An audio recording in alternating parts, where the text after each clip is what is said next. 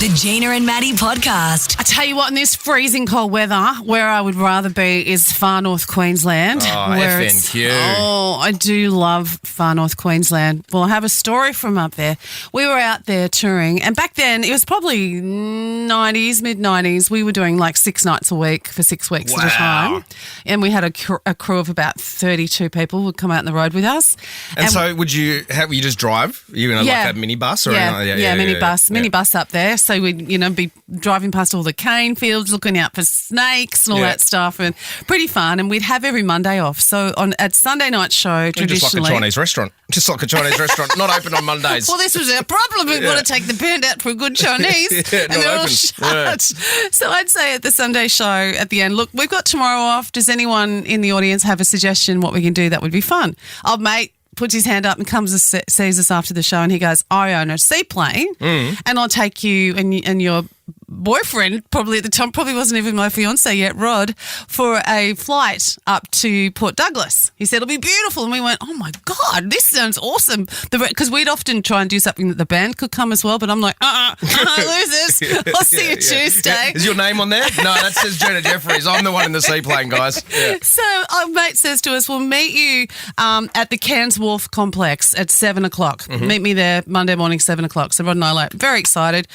Go down to the wharf, meet him there. He comes and gets us in a little boat, and he takes us across the way up a little estuary, and he's got a seaplane parked at his house, like right on the water, but across from the wharf there. Did you do any background checks on him? No. Stupid. You got into the plane, there's a shovel, a bag of lime, some rope, electrical tape. All right. Actually, I would now. So he says, we get there, and he says to Rod, oh, mate, can you just jump into the water and unhook her from the buoys at the back? He goes, in the water. He goes, yep, crocodiles. Yep. Crocodiles. Rod's been real brave in front of me because we're sort of pretty new together. He jumps in the water and unhooks the seaplane from the boys. Really worried about getting eaten by a crocodile. Yeah. I'm in when I'm in the front. Woohoo! Getting ready. Got my little camera out. Got my sunscreen on, thinking I'm having the best day ever. Not worried about Rod at all.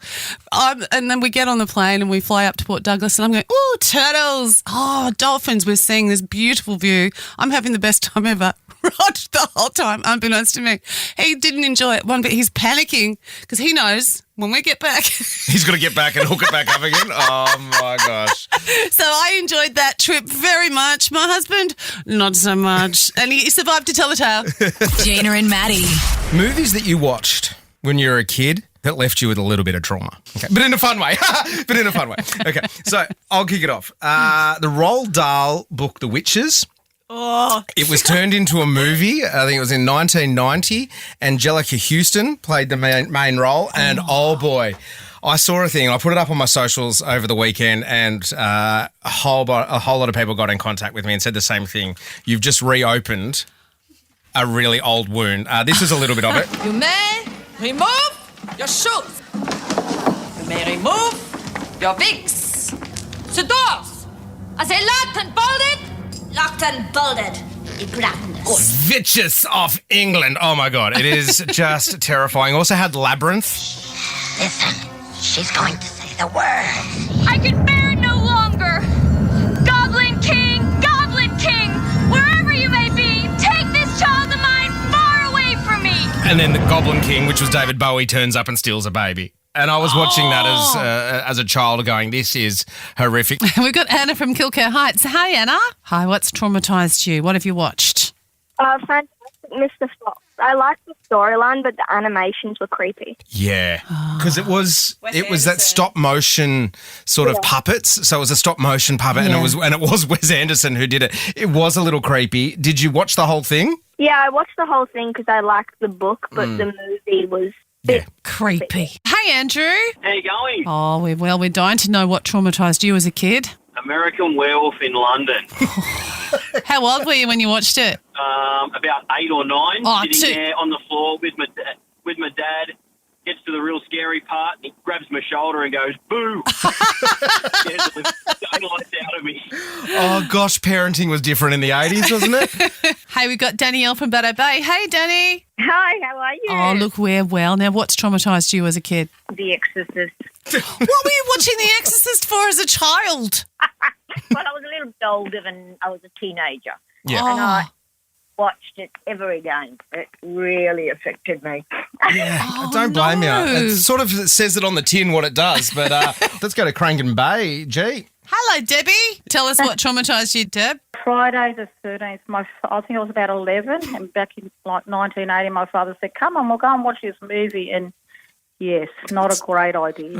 Like I said, 80s parenting. It's pretty loose. I miss it sometimes. We're watching Stranger Things at the moment, back from season 1 with my 10-year-old, and she's watching most of it from behind and underneath the blanket, which is so cute. But she's into it. I'm not forcing her, but there's moments where she's like, can you just tell me what's happening? Yeah. And then I'll come back when it's just the kids. We got Penny from Thornlea. Hey, Penny. Hi, gorgeous people. How are we today? Oh, we're very Great, well Penny. now. We're getting to talk to you. Absolutely. Penny, tell us what traumatised you. Birds. Alfred Hitchcock. Yeah. Oh. That'll do it. That was creepy. Birds are creepy at the best of times. They really are. Let alone when they're pecking out the eyes. Vivian Lee. It might have been someone in there. It was a pretty big name, but it was awful. And let me tell you, it was a long time after that before I could ever go to the Tower of London. Yeah, I bet. Hitchcock did for birds what Spielberg did for sharks. Absolutely scared people out of the water. Yeah. And don't get me started on Doctor Who and Daleks. Okay. Are you a Whovian or you just don't like it? I was terrified as a kid. Okay, Penny. All right, I think you need more than just us to talk to about that. Janelle, you've got the final say in this one. You're in Terrigal. In a fun way, what traumatised you as a kid? Well, fun-wise, there was the movie called The Blob. I don't know whether Gina would know that. Oh, was that with... This red you blobby gel stuff comes through the drains at you. Oh, yeah, no. Yep, nope. That's a no from me. Young. And then, When a Stranger Calls really sort of took an impact. Yeah, I bet it did. Have you ever been able to answer the phone the same way again, Janelle? It changed my life when I started babysitting, I can tell you. Yeah, I bet it did. Gina and Matty. It's time for me to tell you things that annoy me now that I'm over 50. Okay. Strap yourselves in, Strap coast. yourselves in. Having to find all pictures with a bridge to prove I'm not a robot. You know those things where I'll prove you're not a robot. Oh, I thought this was a rowboat. Right, yeah, kind of did. I meant robot. Robot, you know those things, and you got to prove it. I don't know everything with a bike or a shop front. The pedestrian crossing one is the one that gets me because it's like, well, there's a little bit of the pedestrian crossing in that square. Yes. Do I hit that one or do I just leave that one? I know, and then it goes no, and you got to do it again. It makes you feel stupid. You know what does make you feel stupid is when you keep pressing next instead of verify. Yeah. Like it gives you a new picture and you go, I've done 5 of these. Oh, I haven't been pressing verify. Okay, that's a me problem. Thank you. Yeah. Yes, me too. Everything that makes me use a password, which is everything, and you're supposed to use a different password, and you know me and passwords, can't remember. I can't wait till it's just iris recognition or something that I don't have to count on my memory. Yeah. But surely one day. Now, here's a big one. TV remotes to type in what you want to watch on Netflix. I mean, A's easy. A. Okay, next is S. Go all the way over to S, and then you make a mistake, and you got to go back to the start. Have you looked at your remote? Yes, it might have a microphone can on talk, it. I know. You just go, Ginny and Georgia, and then it types it in, and then I know. Okay, I'll do that from here on. It'll save all these. It'll save things annoying you. Printers. Oh my God, printers. Is it just me? Are you talking about CJ? Because she's your printer. That's right. Printers. Oh my God, printers have got a personality and a mood all of their own, and they just sometimes decide, no, I don't want to print today. Sorry, I don't feel like it. And when it prints double-sided, it's like I want it on separate paper. Oh, but I don't want it back to the finally back. got it to print. Do I just accept it or do I try again? You crack it. Unsubscribing. How hard do they make it? Almost impossible to unsubscribe. So someone in their 50s just gives up and you just stay subscribed to everything? It's so annoying. Don't you think it's hard?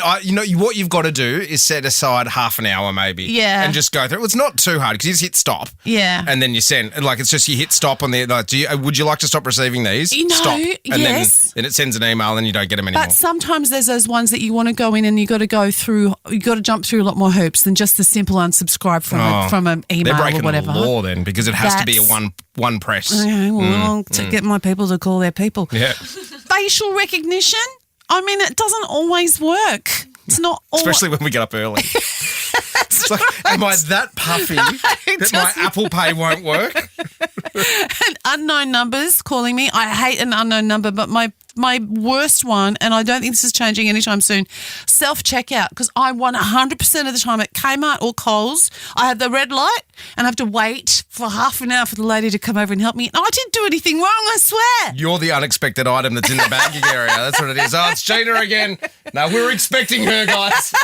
She's been here before. Listen to Gina and Matty weekday mornings from 5:30. Live on the Star Player.